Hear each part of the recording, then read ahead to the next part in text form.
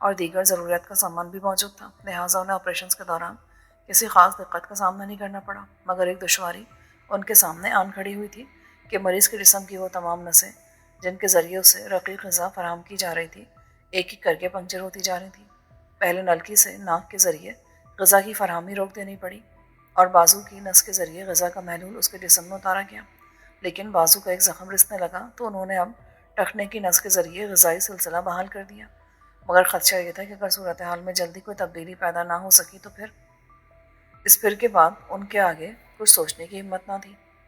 یہ جو ہم نے آپریشنز کیے ہیں، میں ان کا رزلٹ آئندہ 24 گھنٹے میں اس شخص کے ہوش میں آنے کی صورت میں ہمیں مل سکتا ہے۔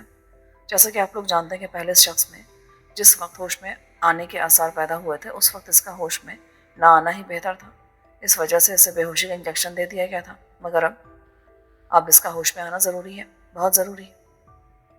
پھر یہ کہتے کہتے وہ اچانک ہی رک کر کھڑا ہو گیا، دفعتاً اس کو جیسے کچھ خیال آیا۔ اسی لمحے دروازہ آہستہ سے کھلا اور ایک شخص اندر آ گیا۔ کھنہ اسے دیکھ کر چونک پڑا۔ یہ وہی لمبے چوڑے جسم اور سرخ آنکھوں والا آدمی تھا جس نے اس کو باس کے پاس بلانے کا بہانہ کر کے زخمی شخص کے ہلاک کر دینے کے ارادے کو تبدیل کرنے کی ہدایت کی تھی۔ خونی آنکھوں والے آدمی نے کمرے میں داخل ہوتے ہی کھنہ کو اپنی ناک پر انگلی رکھ کر خاموش رہنے کا اشارہ کیا اور پھر اس کے قریب آ کر چپکے سے اس کے ہاتھ میں ایک کاغذ کا ٹکڑا تھما دیا اور واپس لوٹ گیا۔ اس کے جانے کے بعد کھنہ کو ہوش آیا۔ اس سے قبل کہ اس کے ساتھیوں میں سے کوئی بول پڑتا اس نے انہیں اشارے سے چپ رہنے کا کہا اور کاغذ کی تہہ کھول کر دیکھا۔ ڈاکٹر کھنہ، یہ تو تمہیں معلوم ہو ہی گیا ہوگا کہ اس کمرے میں جگہ جگہ ڈکٹا فون نصب ہے جو اس کمرے میں ہونے والی گفتگو کا ایک ایک لفظ ایک دوسرے روم میں باس کے کانوں تک پہنچا دیتے ہیں، اس لیے میں کاغذ کا سہارا لے کر تم سے درخواست کرتا ہوں کہ تم ٹھیک 15 منٹ بعد اسی کمرے سے نکل کر اپنے سونے کے کمرے کے ملحقہ باتھ روم میں پہنچ جانا۔ میں اس بات کا اطمینان کر چکا ہوں کہ وہ جگہ قطعی محفوظ اور ہم وہاں آزادی سے گفتگو کر سکتے ہیں۔ تمہارا دوست۔ کھنہ نے خاموشی سے کاغذ جیب میں رکھ لیا۔ اتھر کے چہرے پر الجھن کے آثار دیکھ کر اس نے کاغذ نکالا اور ایک کاغذ پر اس کمرے میں ڈکٹا فون نصب ہے، اس لیے محتاط رہو۔ اس شخص کے بارے میں ابھی مجھ سے کچھ دریافت نہ کرنا، تمہاری تسلی کے لیے اتنا بتا دوں کہ وہ ہمارا دوست ہے اور ہماری مدد پر آمادہ ہے، لکھ کر اس کی طرف بڑھا دیا۔ اتھر نے خاموشی سے تحریر پڑھی اور امید کی ایک کرن نے اس کے چہرے پر طمانت کی لہر دوڑا دی۔ اس نے تحریر دوسرے ساتھی کی طرف بڑھا دی اور باری باری وہ سب کھنہ کی پراسرار خاموشی کا سبب سمجھ گئے۔ وہ کاغذ لے کر اپنی جیب سے لائٹر نکالا اور اسے نظر انداز کر دیا۔ اس شخص کی تحریر کے ساتھ بھی اس نے یہی عمل کیا تھا۔ میں بہت تھک چکا ہوں، وہ نقاہت آمیز لہجے میں بولا، اور آئی تھنک آپ لوگ بھی ریسٹ کریں تاکہ کل صبح ہم سب فریش ہو کر اپنی بقا کی جنگ لڑ سکیں۔ صرف ایک یا دو ڈاکٹرز یہاں ٹھہر جائیں تاکہ مریض کی دیکھ بھال ہوتی رہے۔ یہ کہہ کر کھنہ اٹھا اور اپنے بیڈ روم کی طرف چل دیا جہاں وہ اس پراسرار دوست کی ہدایت کے مطابق اس سے گفتگو کر سکتا تھا۔ اپنے کمرے میں کر اس نے کپڑے بدلے اور باتھ روم میں داخل ہو گیا۔ دروازے کی کنڈی اس نے کھلی چھوڑ دی اور اس کی توقع کے مطابق کسی نے آہستہ سے ایک پٹ کھولا اور پھر جلدی سے دروازہ لاک کر دیا۔ وہ وہی پراسرار شخص تھا۔ وہ انتہائی خاموشی کے ساتھ باتھ روم میں داخل ہوا تھا اور کھنہ کو موجود پا کر آہستہ سے باتھ روم کا دروازہ بند کر دیا۔ اب کمرے میں نصب پوشیدہ ڈکٹا فون کے خطرے سے چھٹکارا پا کر ہم یہاں آزادی سے گفتگو کر سکتے ہیں، اس نے بلا کسی تمہید کے مدھم آواز میں کہا۔ سب سے پہلے تو میں یہ پوچھنا چاہوں گا کہ آپ مجھ پر اعتماد کرتے ہیں یا نہیں؟ اگر تم پر اعتماد نہ ہوتا تو میں اس وقت یہاں نہ ہوتا۔